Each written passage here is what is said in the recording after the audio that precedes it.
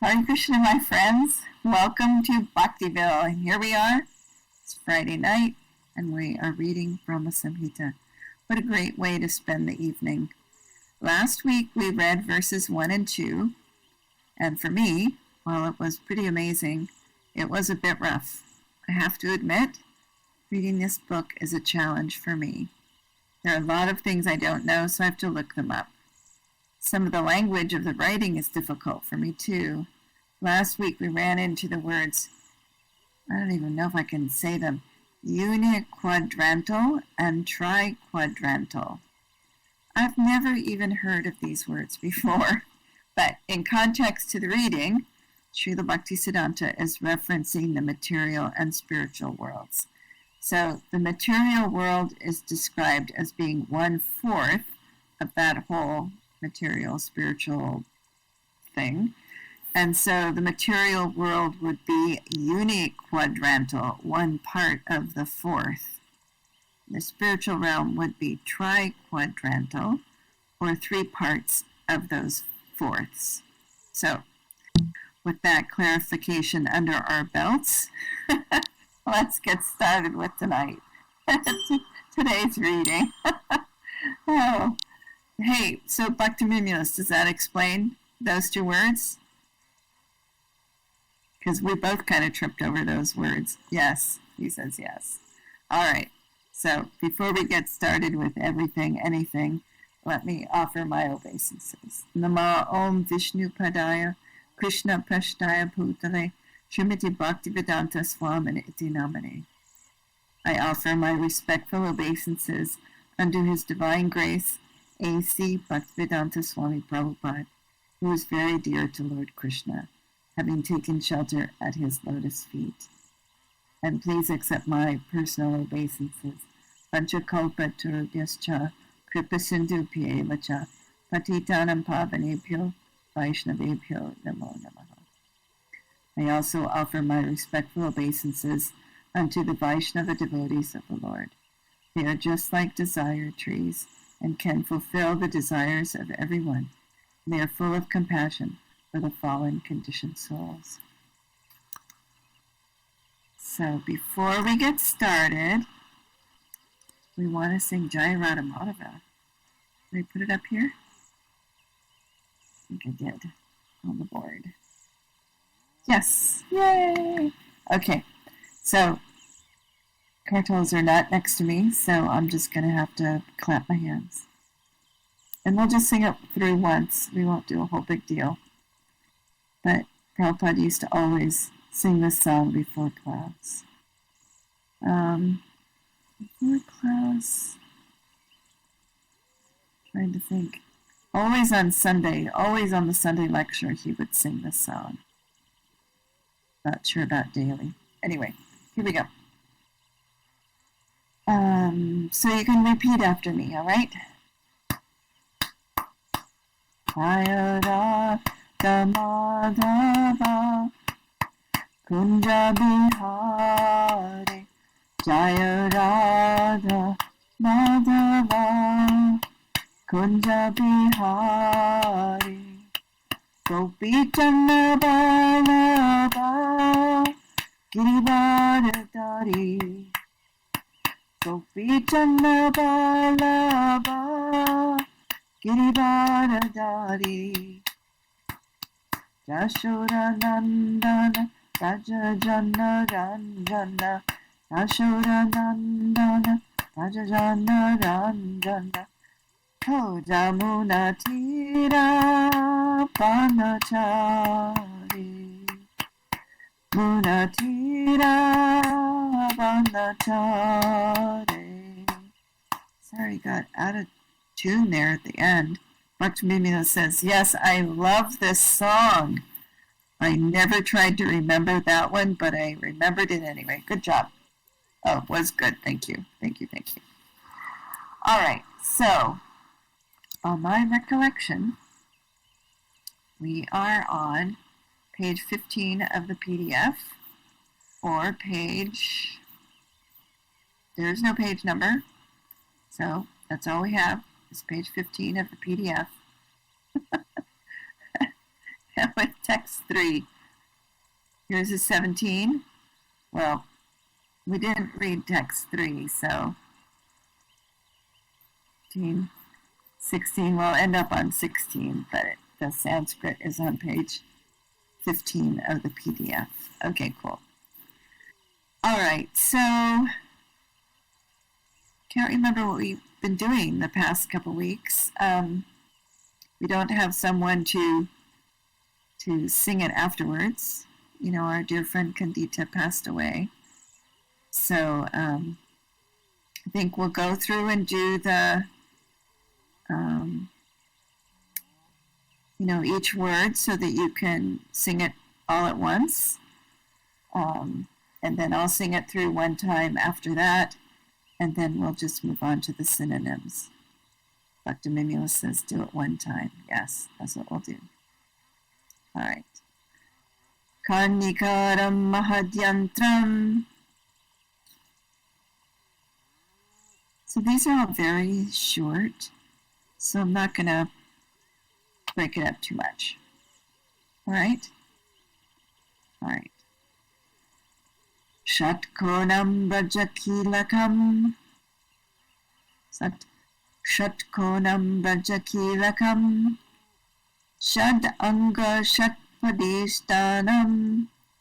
Shad anga shatpadishtanam. Prakritya purushena cha. Prakritya purushena cha. All right, so that's the first half of it. The second half is Premananda Mahananda.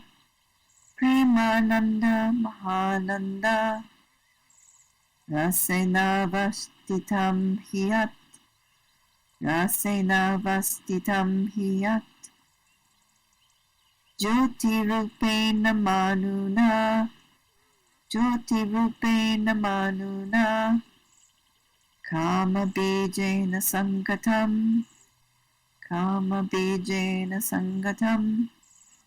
All right, do the whole thing all the way straight through. All 8 lines. Here we go. Karnikaram mahadyantram. Shatkonam brajakilakam. Shad anga shatpadistanam. Prakritya purushena cha. Premananda Mahananda. Rasena vastitam hiyat. Jyoti rupena manuna. Kama bijena sangatam. Good job. All right, synonyms. Karnikaram, the world. So that N with a little dot on it means that when you make the N, usually we just say N, and our tongue hits the back of our teeth. But this N with the dot under it, the tongue hits the roof of the mouth, that ridge on the roof of the mouth. So it'd be karnikaram. Karnikaram. All right, a little different. The world. Mahat, great. Yantram, figure. Shat konam, a hexagon. So same with these 3. Shat konam, hexagon. Raja, like a diamond. Kilakam, the central support. Shat anga shatpadi, of the 18-syllable mantra with 6-fold divisions. Stanam, the place of manifestation. Prakritya, along with the predominated aspect of the Absolute. Purushena, along with the predominating aspect of the Absolute. Prema Ananda, of the bliss of love of God. Maha Ananda, of the great transcendental jubilations. I like that. Usually Ananda is bliss, but I like jubilations. That's nice. Rasena, with the rasa, or mellow. Avastitam, situated. He, certainly. Yat, which. Jyoti rupena, transcendental. Manuna, with the mantra. Kama bijena, with the kama bija, clean. Sangatam, joined. So an N with a dot above it is like NG, like sing or sang. So Sangita, Sangatam. All right, translation. The whirl of that transcendental lotus is the realm wherein Krishna dwells, or where dwells Krishna. It is a hexagonal figure, the abode of the indwelling, predominated, and predominating aspect of the Absolute. Like a diamond, the central supporting figure of self-luminous Krishna stands as the transcendental source of all potencies. The holy name, consisting of 18 transcendental letters, is manifested in a hexagonal figure with sixfold divisions. So I'm going to read the purport first, and then I'll show some slides to explain. All right? Purport. The transcendental pastimes of Krishna are twofold, namely, manifested and non-manifested. The pastimes in Vrindavan, visible to mortal eyes, are the manifestive Leela of Sri Krishna. Those that have happened here on earth. And that which is not so visible is non-manifestive Leela of Krishna. The non-manifestive Leela is always visible in Goloka. So Loka, this is the way I remember these two words, Goloka and Gokula. So Loka means planet. So think of Krishna's planet, Goloka. Go is cows, so the planet of cows. Not planet of the apes, planet of the cows. Goloka, Krishna's Loka, all right? So the non-manifestive Leela, excuse me, is always visible in Goloka, and the same is visible to human eyes in Gokula here, if Krishna so desires. In his Krishna Sandarbha, Sri Jiva Goswami Prabhu says, quote, non-manifestive pastimes are expressed in manifestive Krishna Leela. And Goloka Leela is the non-manifestive pastimes of Krishna visualized from the mundane plane. End of quote. So he's saying the transcendental pastimes are manifest here. They happen here. But Goloka Leela, those transcendental pastimes are seen from here. So he's making that distinction. There is a place where Krishna has all of these pastimes that go on continuously that we don't know. We don't know them all. He says, so far he says, if Krishna so desires, he'll let us know. But what we do see are the pastimes that have happened in Vrindavan. So you wrote, that sounds a little non-personal. Which part sounds non-personal?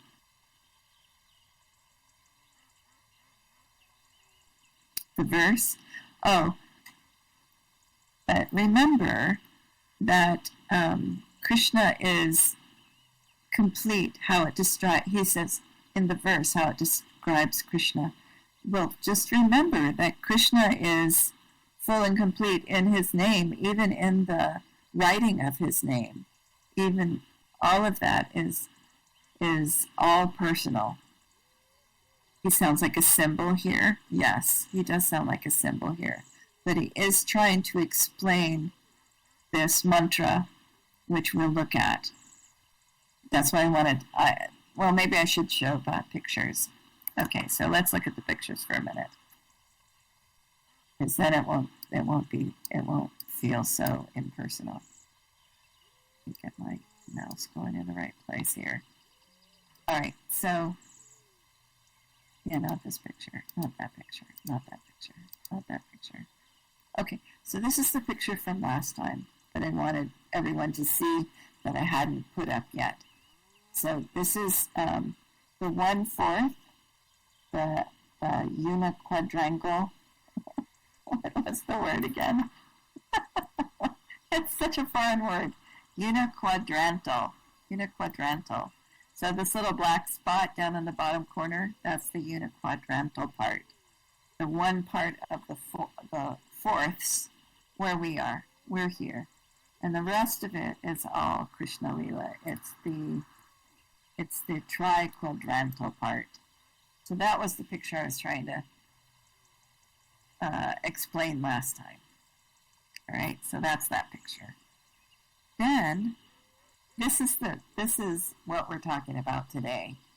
Is this whirl of lotus flowers? That let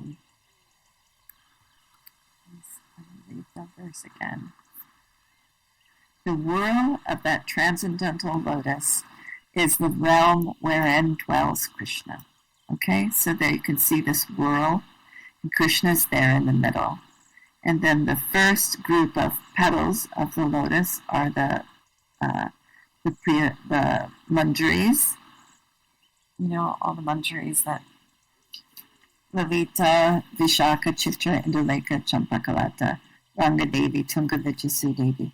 Those are their little spaces, and then it keeps going out more and more and more after that. So he's talking about this inside part. This inside part. It is a hexagonal figure, and you can't see it very well in that picture, nor in that picture, so I drew this instead. So I drew this. I imposed this it's like a Star of David on top of it. And it's there in the original, it's just not really obvious that it's there. So this is what he's talking about. This is the hexagonal figure with sixfold divisions. And in the purport, he goes over this mantra. This mantra, Klim Krishnaya Govindaya Gopi Janavalabhaya Svaha, is part of what Prabhupada gave us to chant along with the Gayatri mantra. And it's called the Gopal mantra. And as we continue on in this purport, Srila Bhaktisiddhanta Saraswati will explain some more about this. There are 18 letters or syllables in this mantra. So whenever you read something about the mantra of 18 syllables, this is the one. This is the mantra they're referring to. All right, so this is, we just have to remember, it's difficult because it's not in our purview of experience, that the name of something is the same as the person. Here I can say cow and there's no cow in my living room, but if I say Krishna, Krishna is here in my living room. And that's the one thing we need to remember about the aspect of transcendental elements, is that they are there. Krishna is the literary expansion, he's a mantra expansion, he's all of those things. Okay, are we good?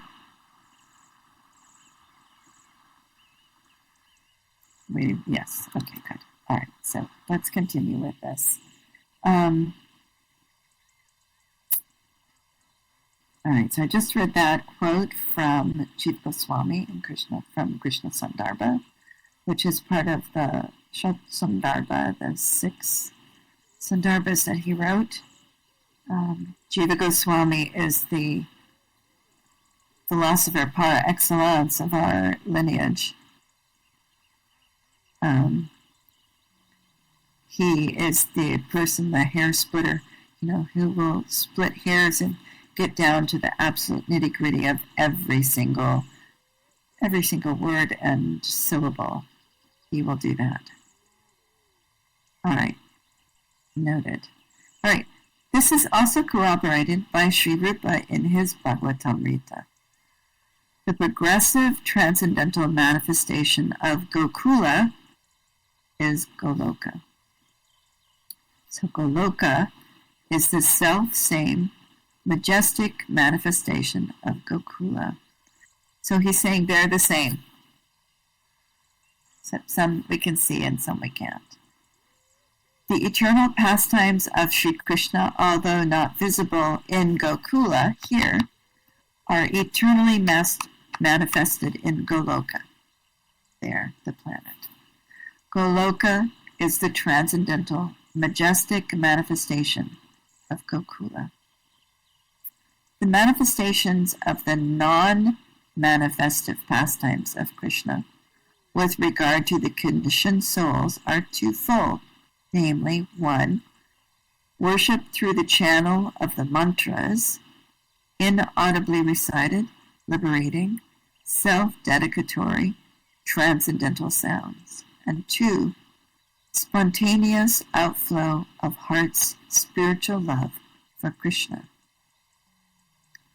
Sri Jiva Goswami has said that worship through the mantra is possible permanently in the proper place when confined to one pastime. This meditative manifestation of Goloka is the pastime attended with the worship of Krishna through the mantra. So here he's again stating Krishna is the mantra. And using the mantra gives you access to these pastimes.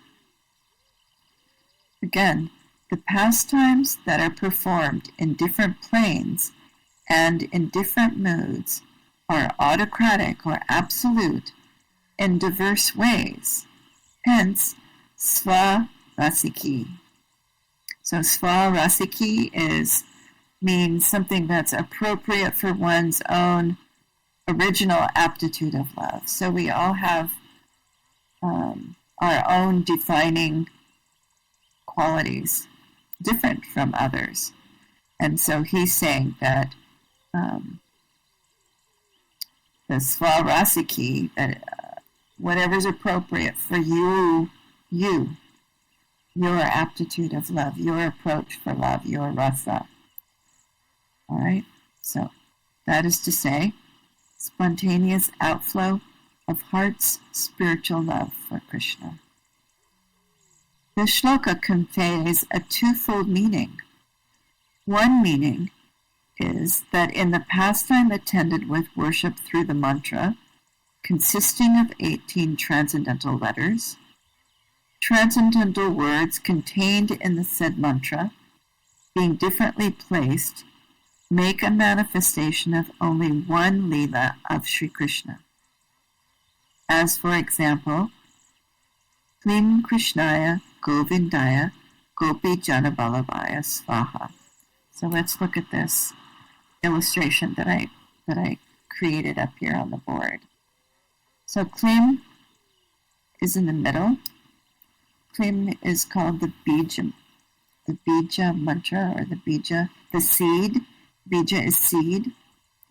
So Klim, we start these kinds of mantras with Klim. And then Krishnaya, you can see, I'm not sure, I can't really point, but it's top right. So it goes clockwise from top right. So Klim, Krishnaya, Govindaya, Gopi Janamalabhaya, Svaha. Okay? And the whole mantra is down there at the bottom in Sanskrit, and then transliteration. All right, so he says, continuing, this is a hexagonal mantra consisting of 6 transcendental words, namely 1, Krishnaya, 2, Govindaya, 3, Gopijana, 4, Balabhaya, 5, Svaha, 6. Ha. These 6 transcendental words, when placed juxtapositionally, indicate the mantra. The hexagonal grade transcendental machinery is in this wise. The principal seed, i.e. Klim, is situated in the instrument as the central pivot. Anybody with an impression of such an instrument in his mind and concentrating his thought on such spiritual entities, can attain, like Chandradvaj, to the knowledge of the cognitive principle.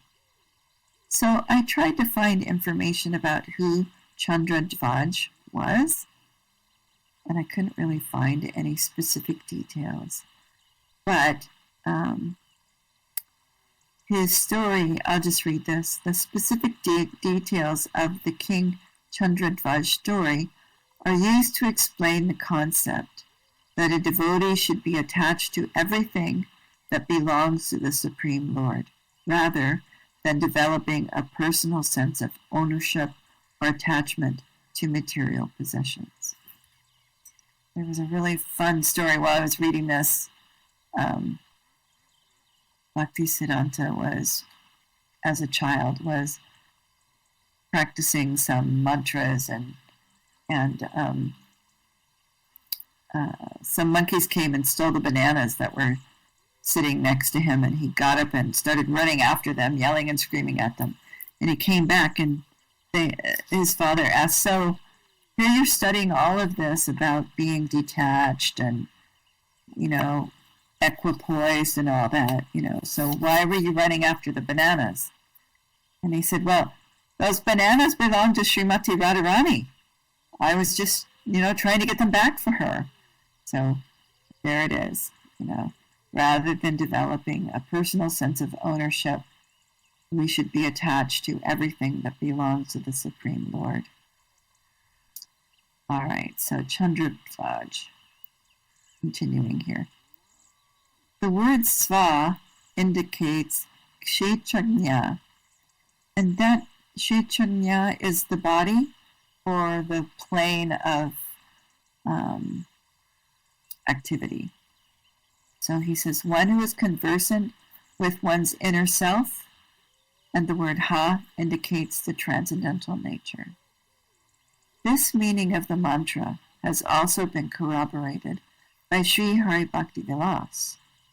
The general meaning is this, that one who is desirous of entering into the esoteric pastimes of Krishna will have to practice his transcendental service along with the culture of the devotional knowledge relative to him.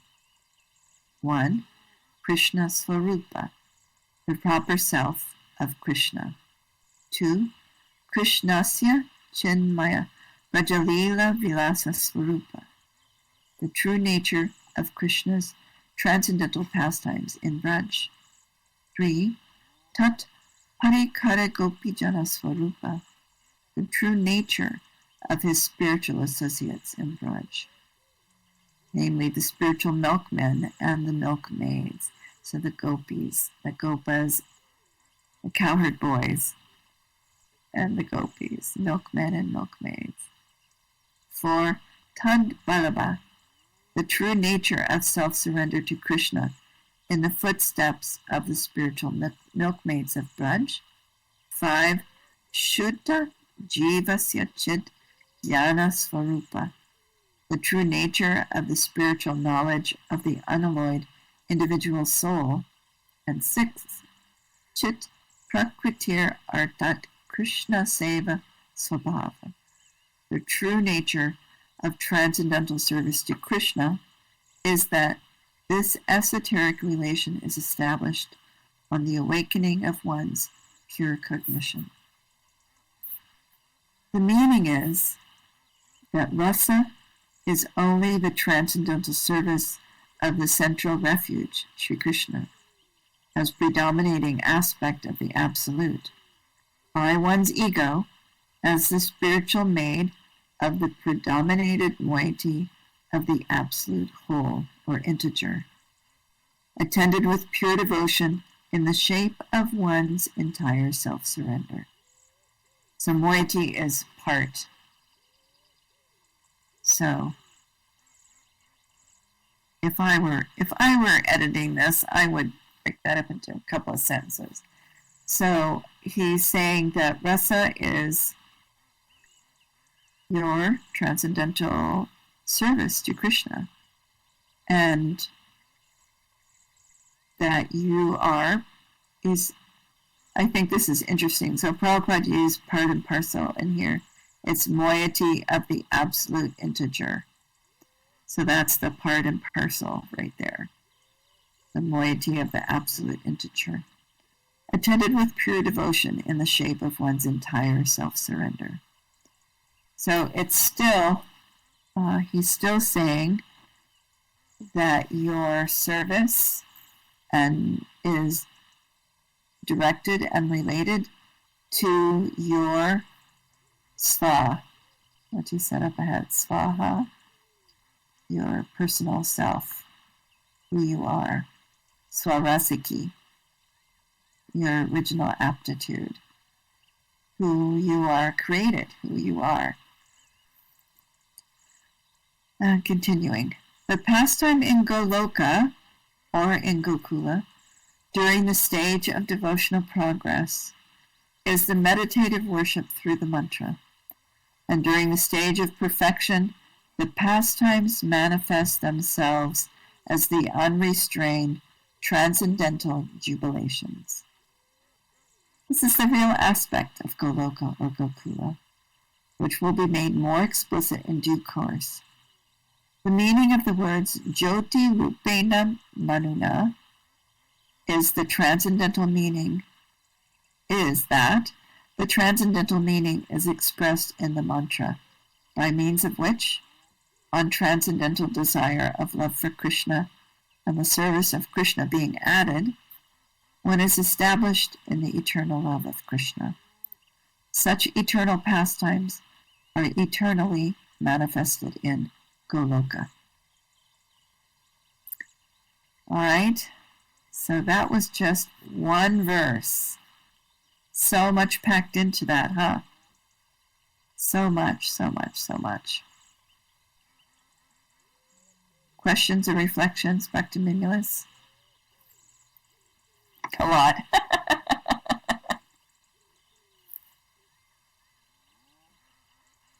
Yes, he says that is interesting. It is interesting.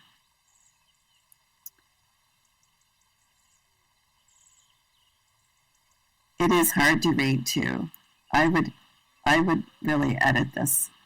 It is like, she says, it's like Shakespeare. It is like Shakespeare. It is hard to work my way through it. I have a lot of notes on the side and highlights and stuff. But I think that the point that stands out most to me is this idea of swarasiki, the original aptitude of love. Yes, Bhaktiville says we've talked about the lotus before. Yes. This is a very confidential mantra, and whoever is listening to this video that we're making, you are very fortunate to hear this, and you should move forward in your chanting of Hare Krishna mantra so that you can understand this more. Krishna has you listening to this so that you know that you are there. Continue chanting Hare Krishna and you will understand this. Bhaktiville says, yes, always, Hari Bol. So he asks about the spelling. It's Hari Bolo. It's Hari Bolo. The O kind of drops off. The last O, it's Hari Bolo. Bolo means sing, chant, say, speak. Bolo. Bolo. So speak about Hari. All right, we're going to do one more. The next one is much shorter. So we'll do one more. All right? Text 4. The purport's short too. So, and he just continues on about the whirl. So we're good. All right. Tad kinjalkam tad amshanam. Tad kinjalkam tad amshanam. Tad patrani shriyam api. Tad patrani shriyam api. I'm not going to do it over again. All right, synonyms. Tat, of that lotus. Kinjalkam, the petals. Tat amshanam, of his, Krishna's, fragmental portions. Tat, of that lotus. Patrani, the leaves. Shriyam, of the gopis, headed by Srimati Radharani. Api, also. Translation. The whirl of that eternal realm, Gokula, is the hexagonal abode of Krishna. Its petals are the abodes of gopis who are part and parcel of Krishna, to whom they are most lovingly devoted and are similar in essence. The petals shine beautifully like so many walls. The extended leaves of that lotus are the garden-like Dham, the spiritual abode of Sri Radhika, the most beloved of Krishna. So this whirl, let's go back a couple. This one, I like this one. You can see, if you go up close, you can see the two triangles imposed on each other. So they say that this whirl is Radhakund. Radhakund is that center point. And then the gopis have their kunjas and kund, the kund and kunjas in different directions off of Radhakund. So Lalita's in the north, Vishaka's in the northeast, Chitra's in the east. So they all have their directions. And so this is what he's, Lord Brahma, and there's Lord Brahma talking here. This is what he's referring to. The extended leaves of that lotus are the garden-like Dham, the spiritual abode of Sri Radhika, the most beloved of Krishna. Purport's very short. The transcendental Gokula is shaped like the lotus. The eternal world is like a hexagonal figure, in that the entities, Sri Radha Krishna, appearing in the form of a mantra consisting of 18 transcendental letters, are centered. The propagating manifestations emanating from the Chit potency are present there with the said entities as the center. Sri Radha Krishna is the primary cause, or the seed himself, the bij, the bija. Gopala Tapani, which is an Upanishad text about Krishna, says Omkara, or Om. Omkara means the actual symbol of Om. You know, that thing that looks like a 3 with a little tail and a little half a halo on top. That. Omkara. Omkara signifies the all-powerful Gopal and his potency, and Klim is the same as Omkara. Hence, Kama Bija, or the primary cause of all love, is connotative of the entities Sri Radha Krishna. So Kama Bija, Kama means love, and Bija seed. So he's saying the Kama Bij is the primary cause of all love, the seed of love. So that was a short one. So we'll end here because this is pretty intense, this book, and but we will continue to push through, and I'll post some of these pictures along with our posting of the video tonight so that you can look at them more closely. We have another one that I didn't refer to, but we have another one off here to the side, outside the temple. I'll post that too so that you can look at that in more detail. I don't want to end just yet. I don't want to end just yet. I want to You know, our friend Kandita passed away a few weeks ago, and this temple is what she built for her beloved Panchatattva. She lived in Hawaii. This is the Panchatattva there in Hawaii. So these are her deities that she worshipped and had a relationship with there in Hawaii. And so we made a little garden, a memorial garden out here for her. Yes, Bhaktiville says, did not know that, but of course, yes. And these, I don't know. I think these are the deities in Vrindavan. This Hare Krishna in Vrindavan. I'm not sure. I have to do a little search on that. Anyway, we decided to make a little memorial garden for Kandita because we don't ever want to forget her. She's just was such a big part of Bhaktiville, and we don't want to forget her. So we made this little memorial garden. Bhaktiville did all of the gardening around it. Nicely done. She really liked chickens. She had some pet chickens. So I got some little chickens to root around outside, and I named them Hamsa. Hamsa is the swan-like devotees, Hamsa. So if you come to Bhaktiville and visit us, if you click on this little memorial, you'll get a little note card about her. And I think I posted that already on our Bhaktiville Facebook page. So I don't need to read it tonight. But Jai Kandita, Haribol, we miss you so sincerely and desperately. We hope to see you again sometime soon. Right, Bhaktiville? We all want to go home, back to Godhead, so we hope to see you soon, Kandita, my friend. All right. We have a little bench over here you can sit down on. If you come out, you can sit.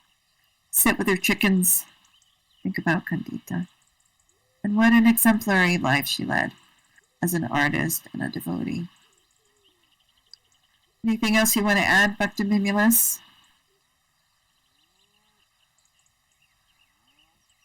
He says, no, thank you. All right, then we'll stop there.